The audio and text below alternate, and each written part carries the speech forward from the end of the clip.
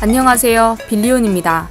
오늘은 자본주의 시대에 어떻게 하면 자녀들을 부자로 키울 수 있는지에 대해 이야기해 보겠습니다. 메리츠 자산운용 존리 대표는 이렇게 말했습니다.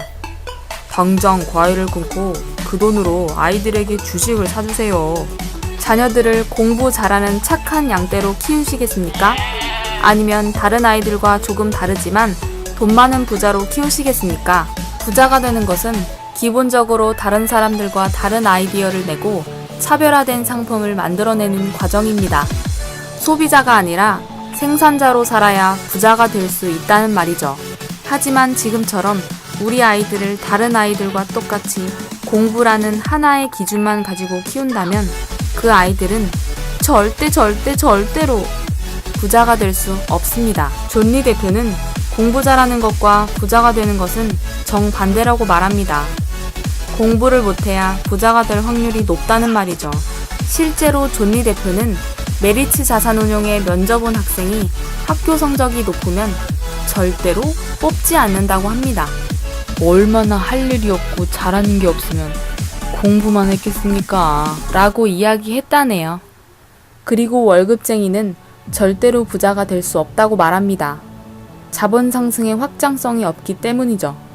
회사에서는 월급을 딱 기본적인 생활이 가능한 정도만 줍니다. 자본주의에서는 노동력이 가장 값싼 자원이기 때문이죠. 그래서 존리 대표는 이렇게 말합니다. 젊은 사람들은 가장 먼저 창업을 고려하고 아이디어가 없거나 용기가 없어 그러지 못한다면 그 다음으로 스타트업과 같은 작은 회사에 가라고 합니다. 그리고도 정 안 되면 마지막으로 대기업을 고려해보라고 합니다.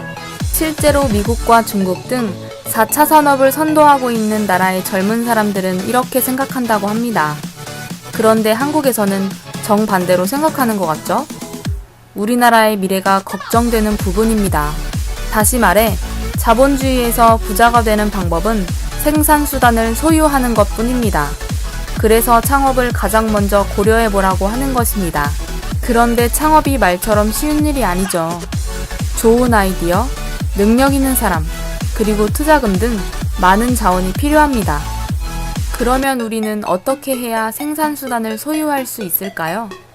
그것은 바로 주식입니다.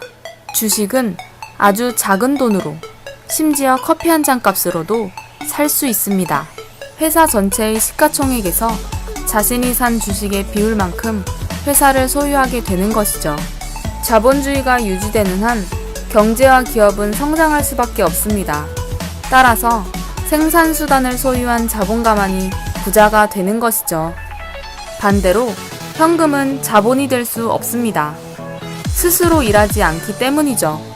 존리 대표는 보통 사람들이 안전하다고 믿는 저축이야말로 최악의 투자라고 말합니다. 현금은 어떠한 부가가치도 창출하지 못하기 때문이죠. 그래서 시간이 지날수록 현금 가치는 떨어지는 것이고 생산수단의 일부를 소유하는 주식과 같은 자산은 계속 오르는 것입니다. 그러면서 결국 부의 양극화는 더욱 심해지게 됩니다.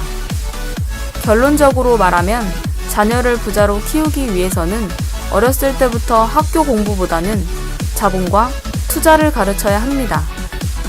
앞으로 다가오는 4차 산업혁명 시대에는 노동의 가치가 더욱 떨어지고 자본의 가치는 점점 커질 것입니다. 자신의 노동력을 팔아 돈을 버는 시대는 이미 끝났다는 얘기죠. 존리 대표의 책 엄마 주식 사주세요를 꼭 읽어보시기 바랍니다. 다음 시간에는 투자의 규제, 워렌 버핏의 투자 철학에 대해 이야기해 보도록 하겠습니다. 구독, 좋아요 부탁드립니다.